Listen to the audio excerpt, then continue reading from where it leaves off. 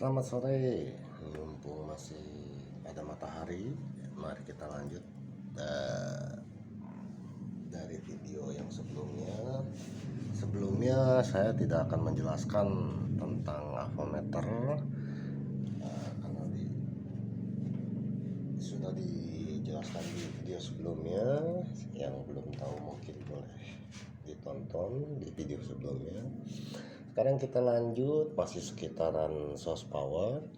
Kita ambil HG aja ya, HG yang pantat putih ini, HG 680P. Oke, kita mulai. Kita ambil. Kenapa disebut pantat putih? Karena dia mempunyai list putih seperti ini ya. Oke, kita coba kita bongkar. Untuk mempersingkat waktu supaya tidak membosankan. Loh, ini source power terus. Oh tentu, karena source power ini yang paling dasar ya, yang paling utama harus kita cek dulu. Jadi saya tidak membiasakan untuk main colok dulu gitu ya. Oke, seperti biasa kita masukkan ke groundnya. Groundnya ini besinya banyak ya. Nah, oke, kita coba tes dulu avometernya. Nah, oke ya. Ini dia nilainya tidak ini karena dia ada karatnya cukup banyak. Ini cukup parah ya karatnya.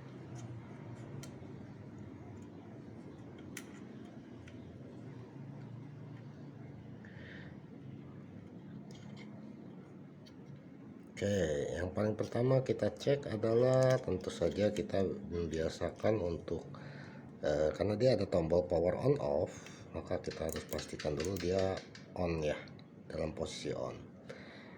Nah, kita cek inputnya, terlihat angka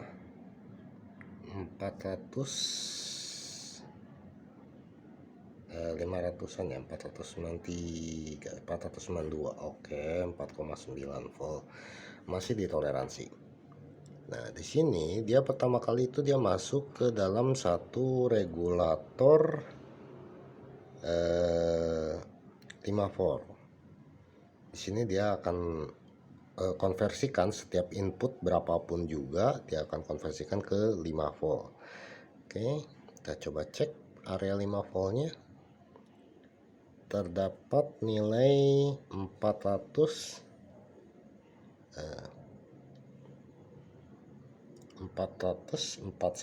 ya, 441, 442, 4,4 volt ya.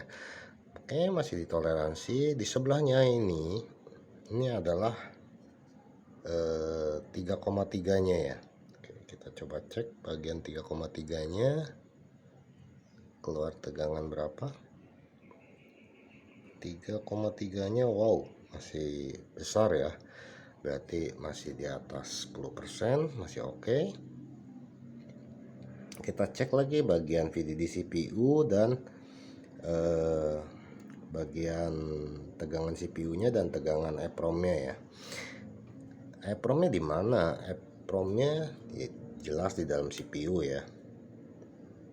Mungkin kalau bahasa softwarenya itu disebut BL1 atau bootloader 1. Nah, ini bagian supply-nya kita coba cek dulu. Terdapat angka 175, masih oke. Nah, ini sebelahnya nggak dapet ya. Coba 175 ini dapat. Oke, dapat nih 150-an ya. Masih di atas 1,1 volt, berarti dia masih ada toleransi, masih oke. Oke, kita coba ulangin ya supaya lebih jelas. Mungkin ada enggak kurang jelas. Nah, ya kan 153, sedangkan tegangan CPU nya 175. Oke, ini bagian EPROM-nya berarti yang sebelah sini. Oke, itu untuk bagian area CPU-nya. Sekarang kita masuk ke area RAM-nya. Di sini RAM-nya kita coba cek. Oh, ini bagian ground-nya ya, sebelah sininya. Sebelah sininya berarti. Wow, angkanya besar ya. Kok kayak nggak kerja dia. 490. Ini agak terlalu besar ya. Kemungkinan besar IC RAM-nya mati atau putus. Nah, itu putusnya bisa dari RAM-nya, bisa dari CPU-nya. Nanti kita bahas satu-satu. Oke, ini dari tegangan source power-nya. Lah, ini LDO-nya di mana? Oh, ternyata LDO-nya ada di sini. Dia pakai sistem LDO ya, bukan pakai sistem regulator. Oh, ada regulatornya. Oh, bukan pakai LDO ya, betul. Dia pakai LDO di sini. Nah,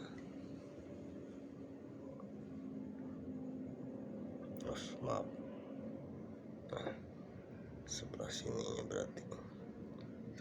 Kita cek bagian 1,8 voltnya untuk membuktikan bahwa area MMC-nya masih oke. Nah, ini kayaknya MMC-nya juga udah nggak kerja ya. LDO-nya udah 2 nih, 1,8 nya.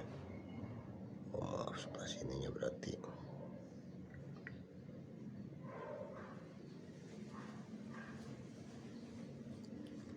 Pas. Nggak ada malah. Nah, kemungkinan besar ini mati, nggak nyala ini.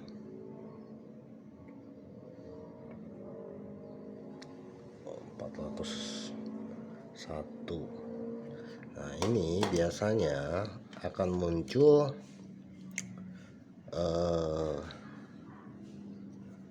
kayak apa, lampunya nyala aja gitu, lampu indikator di sini ya. Kita coba kita tes.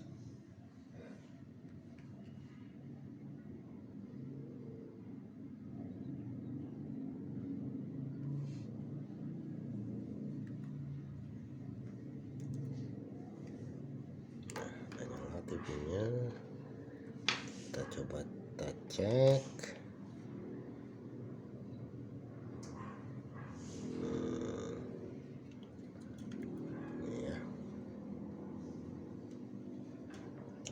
Langsung ambil dari power ininya, USB-nya. Karena kita udah cek tadi USB-nya harusnya nggak ada masalah ya. Nggak masuk nih. Nah, ya kan, terbukti kan, mati dia, nggak akan muncul apa-apa karena dia sudah tidak ada nyawa di sini. Jadi belum tentu nilainya itu menjadi 0 saja. Kalau 0 udah jelas kok pasti konslet, tapi kalau nilainya terlalu besar itu bahkan angkanya tadi kan kita dapat 400 itu kan hampir mendekati dari power inputnya ya. Nah, artinya apa? Artinya itu IC kayak nggak kerja gitu dikasih tegangan. Nah, ini tanpa kita cek, kita colok juga, kita cukup ngetes dengan ampermeter aja, kita udah bisa menebak gitu ini penyakitnya model gimana. Oke, kita lanjut ke FJ yang ke HG 680p yang berikutnya ya. Ini saya biar jadi satu video saja. Oke, kita coba kita kita bongkar. Nah, ini masih nempel ya, masih bagus, masih nempel. Wifi nya ini antena wifi ya, jadi bukan masalah, kecuali kalau memang wifi nya sinyalnya kurang bagus. Nah oke, kita cek. Waduh, sudah karatan juga, nggak ada tanda-tanda barangnya bagus. Ya namanya juga dapat dari rongsok ya. Oke, nah di sini sudah terlihat modelnya seperti ini. Oke, kita coba, kita mulai, kita ukur.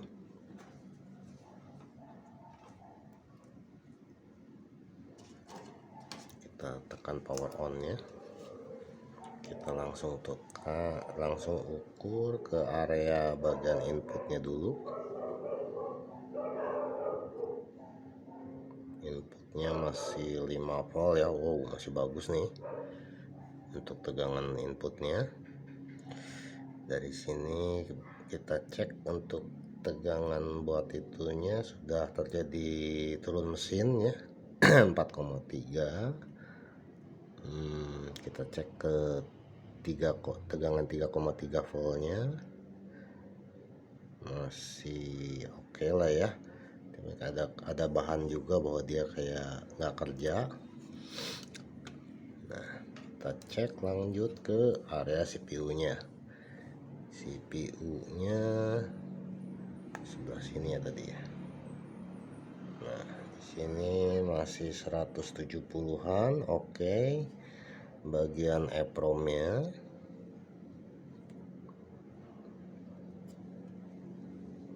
EPROM tuh tegangan yang 0,9 voltnya atau 1 volt.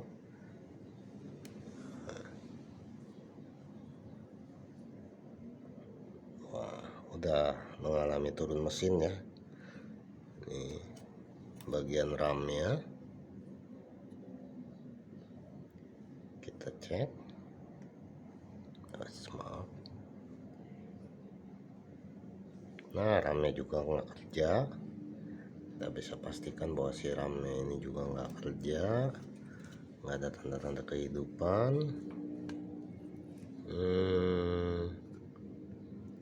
Oke, kita coba lihat bagian LDO nya ya. Bagian LDO nya kita ambil di sini aja ya. LDO nya sebelah sininya ya. Nah ini masih ada tanda kehidupan nih, 1,8 nya nih. Ini kemungkinan MMC nya masih bagus. Aduh, maaf. Dia untuk avometer ini memang ada auto kayak screen saver, dia auto off kalau untuk beberapa menit.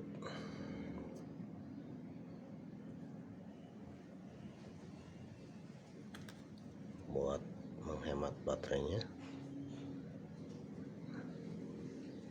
Di sini kita cek lagi bagian 1, nah ini terhalang bayang-bayangku. Ternyata kalau siang hari agak sulit ya, bayangan lampunya lebih, penerangannya kurang bagus. Oke, aku rasa nggak masalah, karena yang penting kan kita dapat titiknya aja ya, titik ukurnya aja. Nah kurang lebih di sini kita ambil dari kapasitornya aja. Nah sini muncul angka 523. Wow, udah over banget ya. Dari apa, ini bukan step down namanya, ini bisa-bisa jadi step up gitu kan. Dari inputnya aja tidak segitu ya. Oke, kita buktikan ya.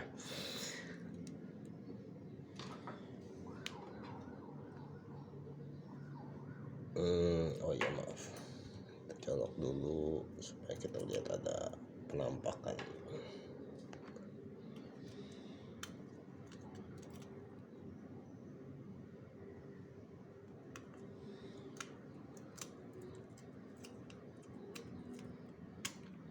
Nah, ternyata masih ada tanda kehidupan ya, dikarenakan masalah